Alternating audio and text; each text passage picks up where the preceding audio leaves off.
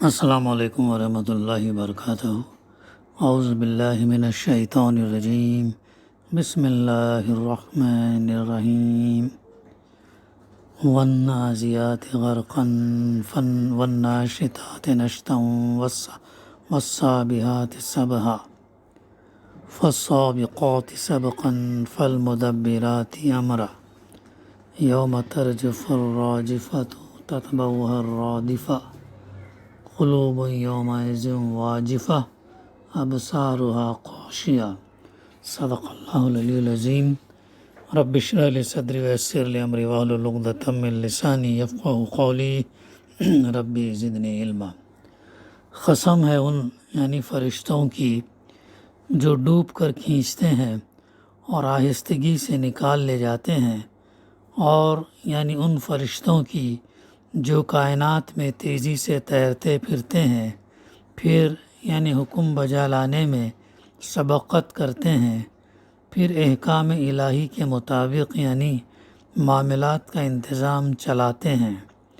جس روز ہلا مارے گا زلزلے کا جھٹکا، جس روز ہلا مارے گا زلزلے کا جھٹکا اور اس کے پیچھے ایک اور جھٹکا پڑے گا، کچھ دل ہوں گے اس روز خوف سے کانپ رہے ہوں گے، نگاہیں ان کی سہمی ہوئی ہوں گی۔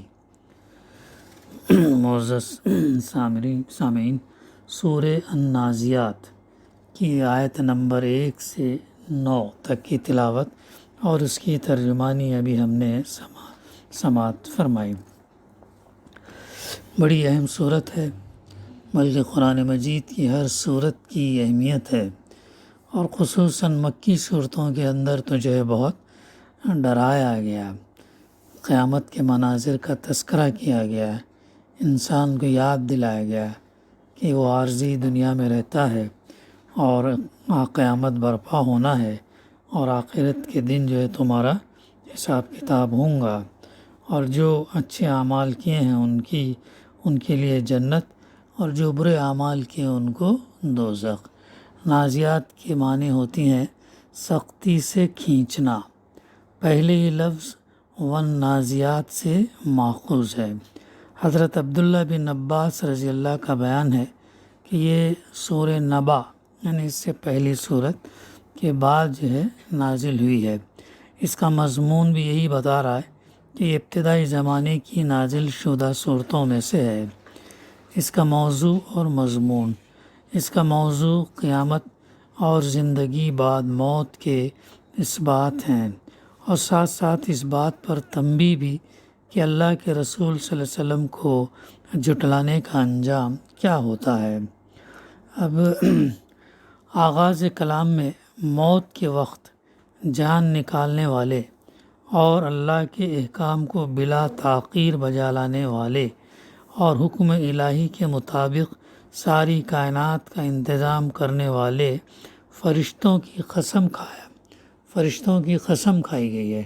یہاں پر جو روح کھینچنے والے ان بتایا گیا کہ یہ یقین دلایا گیا کہ قیامت ضرور واقع ہوگی اور موت کے بعد دوسری زندگی ضرور پیش آ کر رہے گی، کیونکہ جن فرشتوں کے ہاتھوں آج جان نکالی جاتی ہے انہی کے ہاتھوں دوبارہ جان ڈالی بھی جا سکتی ہے۔ جیسے اللہ تعالیٰ آج جیسے نکال رہا ہے جان، ویسے اللہ تعالیٰ دوبارہ انہی فرشتوں کے ذریعے سے یا دوسرے فرشتوں کے ذریعے سے جان ڈالی جائے گی۔ اور جو فرشتے آج اللہ کے حکم کی تعمیل بلا تاخیر بجا لاتے اور کائنات کا انتظام چلاتے ہیں، وہی فرشتے کل اسی اللہ کے حکم سے کائنات کا یہ نظام درہم برہم بھی کر سکتے ہیں اور ایک دوسرا نظام قائم بھی کر سکتے ہیں۔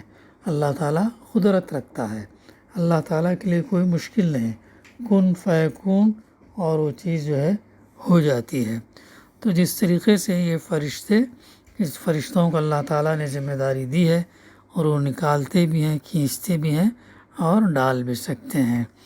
اس کے بعد اس صورت میں لوگوں کو بتایا گیا کہ یہ کام جسے تم بالکل ناممکن سمجھتے ہو، اللہ تعالیٰ کے لیے سرے سے کوئی دشوار کام ہی نہیں ہے جس کے لیے کسی بڑی تیاری کی ضرورت ہے۔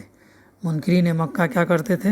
انکار کرتے تھے نا، قیامت کا اور آخرت کا انکار کرتے تھے، اور چونکہ وہ اس وقت اچھی کنڈیشن میں تھے، مال تھا، اولاد تھی، اقتدار تھا، سرداری تھی، اچھی اس میں تو سمجھتے تھے کہ ایسا ہی معاملہ چلتا رہیں گا ہمیشہ، انہیں کوئی نقصان نہیں ہوگا سمجھتے تھے۔ تو اگر مر بھی جائیں گے تو گل سڑ کر جو ہے ہم زمین کے اندر ہی، یا اگر ہمیں جلا دیا جائے گا تو ہم ختم ہو جائیں گے، دوبارہ ہمیں اٹھنا نہیں ہے، یہ ان کا تصور تھا، اور اسی بنیاد پر وہ قیامت اور آخرت کو انکار کرتے تھے، اور یہی دنیا کی زندگی کو ہی سب کچھ سمجھتے تھے، یہ ان کا تصور تھا، یہ ان کا یہ تھا۔ تو اللہ تعالیٰ اسی لیے ہم یہ دیکھتے ہیں کہ مکی صورتوں کے اندر بار بار اللہ تعالیٰ نے قیامت کے مناظر کا تذکرہ کیا اور آخرت کے بارے میں بھی بتایا۔ تو بس ایک جھٹکا دنیا کے اس نظام کو دھرم بھرم کر دے گا، اور ایک دوسرا جھٹکا اس کے لیے بالکل کافی ہوگا کہ دوسری دنیا میں ایک تم اپنے آپ کو زندہ موجود پاؤ گے۔ سورہ زلزال میں بھی کیا بتایا اللہ تعالیٰ نے؟ جب زمین اپنی پوری شدت کے ساتھ ہلا ڈالی جائے گی۔ ہم جو زلزلے دیکھتے ہیں معمولی، یہ زلزلے کیا ہے؟ کچھ علاقے، کچھ محدود ایریے کے اوپر منحصر ہوتا ہے، وہاں پر وہ جانی مالی نقصان جو ہے ہوتا ہے، لیکن جب اللہ سبحانہ وتعالیٰ قیامت کے دن اس پورے کرۂ ارض کو ہلا ڈالیں گا تو کیا حشر ہوں گا، کیسی کیفیت ہوں گی، اس کا جو ہم تصور نہیں کر سکتے۔ تو اس وقت وہی لوگ جو اس کا انکار کر رہے تھے، کیا ہوگا ان کا حشر؟ خوف سے، ڈر سے کانپ رہے ہوں گے، اور سہمی ہوئی نگاہوں سے وہ سب کچھ ہوتے دیکھ رہے ہوں گے جس کو وہ اپنے نزدیک پہلے ناممکن سمجھتے تھے۔ پھر اس کے بعد جو ہے حضرت موسیٰ علیہ السلام اور فرعون کا قصہ مختصراً بیان کر کے لوگوں کو خبردار کیا گیا کہ رسول صلی اللہ علیہ وسلم کو جھٹلانے اور اس کی ہدایت اور رہنمائی کو رد کرنے اور چال بازیوں سے اس کو شکست دینے کی کوشش کا کیا انجام فرعون جو ہے دیکھ چکا ہے۔ اس سے عبرت حاصل کر کے اس روش سے باز نہ آؤ گے تو وہی انجام تمہیں بھی دیکھنا پڑے گا۔ اس کے بعد آیت 27 سے 33 تک آخرت اور حیات بعد الموت کے دلائل بیان کیے گئے ہیں، پروف بتائے گئے ہیں، آخرت کے اور حیات بعد الموت کے، زندگی بعد موت کے پروف بتائے گئے ہیں۔ اس سلسلے میں پہلے منکرین یعنی انکار کرنے والوں سے پوچھا گیا کہ تمہیں دوبارہ پیدا کر دینا زیادہ سخت کام ہے یا اس عظیم کائنات کو پیدا کرنا جو عالم بالا میں اپنے بے حد و حساب ستاروں اور سیاروں کے ساتھ پھیلی ہوئی ہے۔ تو اللہ تعالیٰ یہاں پر کیا سوال کر رہا ہے؟ سوال یہ کر رہا ہے کہ ایک دفعہ جو ہم پیدا ہوئے ہیں اس کے بعد ہم کو دوبارہ پیدا کرنا ایزی ہے، یا اس پوری یونیورس کے اندر جو اللہ سبحانہ وتعالیٰ نے جو نظام، جو ستارے، سیارے، گیلیکسیز، کلسٹرز، یا ابھی کیا نیا وائڈ کر کے اسپیس، یہ تمام چیزیں، یہ مشکل کام ہے، یہ تم کو پہلی دفعہ ہم نے تو پیدا کیا، دوبارہ تم کو اٹھانا مشکل ہے؟ تو انسان سے سوال کر رہا، پہلی بار کوئی چیز ایجاد کرنا، تحقیق کرنا، انکشاف کرنا مشکل ہوتا ہے، لیکن ایک دفعہ کہ جب ہم نے اس کو ایجاد کر لیا، ڈسکور کر لیا، تو اسے دوبارہ بنانے میں کوئی دشواری نہیں ہوتی۔ یہی چیز ہم آئے دن دیکھتے ہیں، جو انسان پہلی دفعہ موبائل بنایا ہوگا کتنا اس کو مشکل ہوگا، اب اس کے بعد ہم دیکھتے ہیں کیا جس نے پہلی دفعہ بنایا کیا دوبارہ وہ نہیں بنا سکتا؟ دوبارہ کتنے امپرووائزڈ ورشنس ہمارے سامنے آتے ہیں، ہر چیز کا، ٹی وی ہو، فریج ہو، یہ گھر ہو، کوئی چیز بھی ہو، ایک دفعہ پہلی دفعہ بنانے میں مشکل زیادہ، لیکن بعد میں دوبارہ بنانا آسان ہو جاتا۔ تو اسی مثال کے ذریعے سے یہاں بنایا جا رہا ہے کہ اس عظیم کائنات کو جو اللہ سبحانہ تعالیٰ نے یہاں پر یہ جو بنایا، کیا وہ مشکل ہے، یا انسان کو ایک دفعہ پہلے پیدا کر چکا ہے اور دوبارہ اسے اٹھانا کیوں کر مشکل ہوگا؟ اتنا سمپل ہے۔ پیدا کیا بولے دوبارہ جو ہے ایسا کرنا اس کے لیے بہت آسان ہے، کن فیکون ہو جا اور وہ چیز ہو جاتی ہے۔ جس اللہ کے لیے یہ کام مشکل نہ تھا اس کے لیے تمہاری بار دیگر تخلیق آخر کیوں مشکل ہوگی؟ ہاں، تمہاری تخلیق کیوں مشکل ہوگی؟ صرف ایک فقرے میں امکان آخرت کی یہ مسکت دلیل پیش کرنے کے بعد زمین اور اس سر و سامان کی طرف توجہ دلائی گئی ہے جو زمین میں انسان اور حیوان کی زیست کے لیے فراہم کیا گیا ہے، اور جس کی ہر چیز اس بات کی شہادت دے رہی ہے کہ وہ بڑی حکمت کے ساتھ کسی نہ کسی مقصد کو پورا کرنے کے لیے بنائی گئی۔ اللہ تعالیٰ نے اس دنیا کے اندر بلکہ اس کائنات کے اندر جو بھی چیزیں بنائی ہیں اللہ تعالیٰ نے اسے با مقصد بنایا، پرپس کے لیے بنایا، بیکار اور فضول نہیں بنایا، کام کے لیے چیزیں اللہ تعالیٰ نے بنایا۔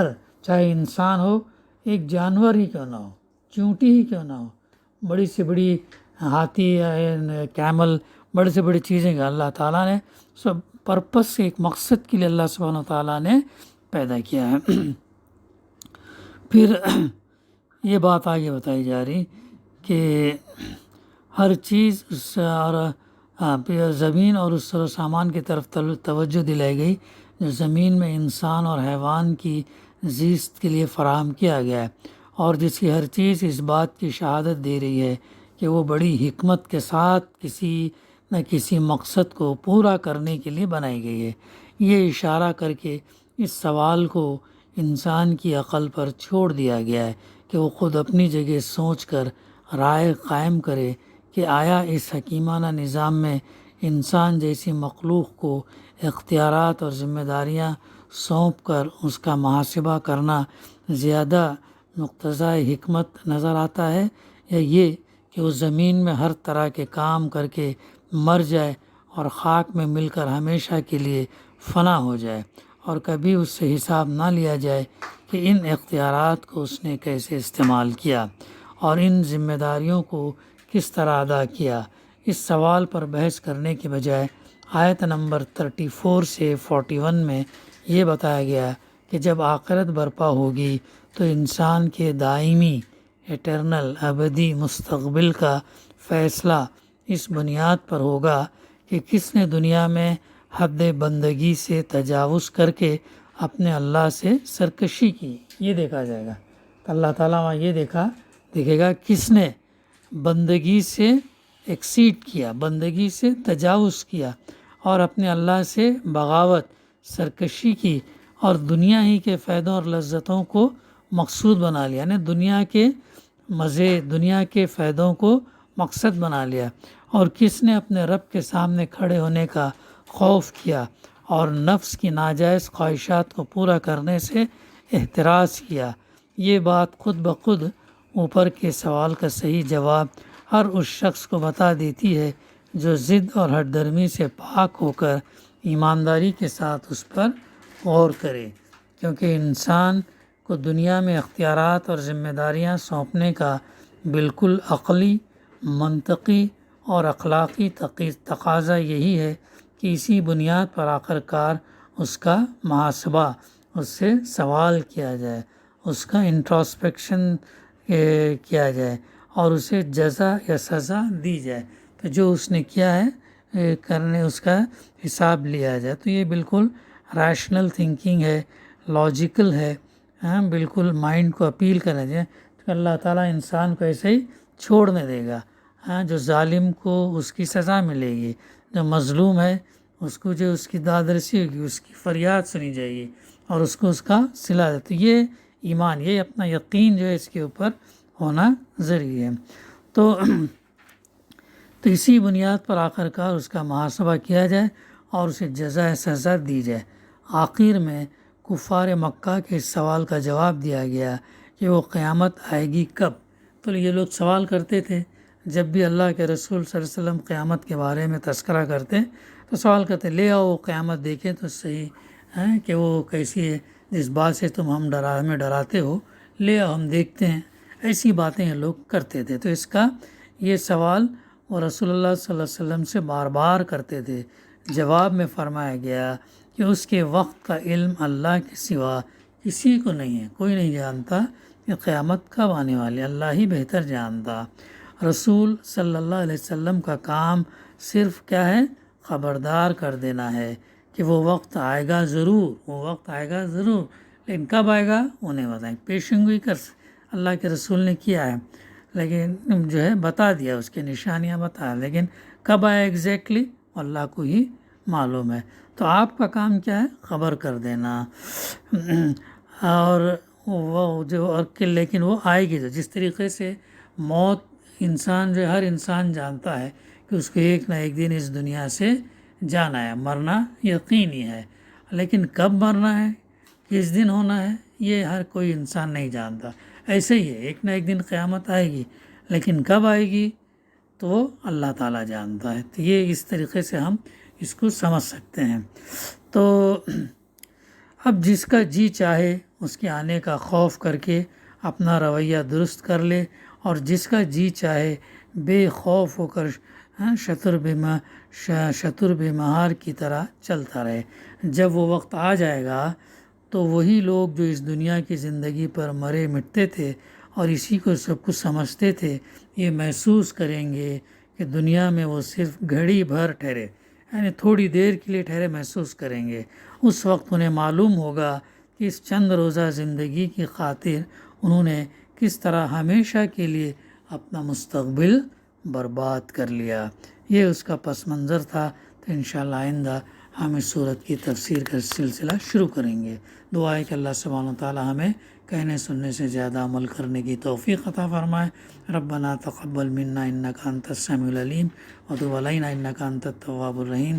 صلی اللہ تعالی علی خیر خلقہ وعلی آلہ وصحبہ اجمعین۔ الحمد للہ رب العالمین۔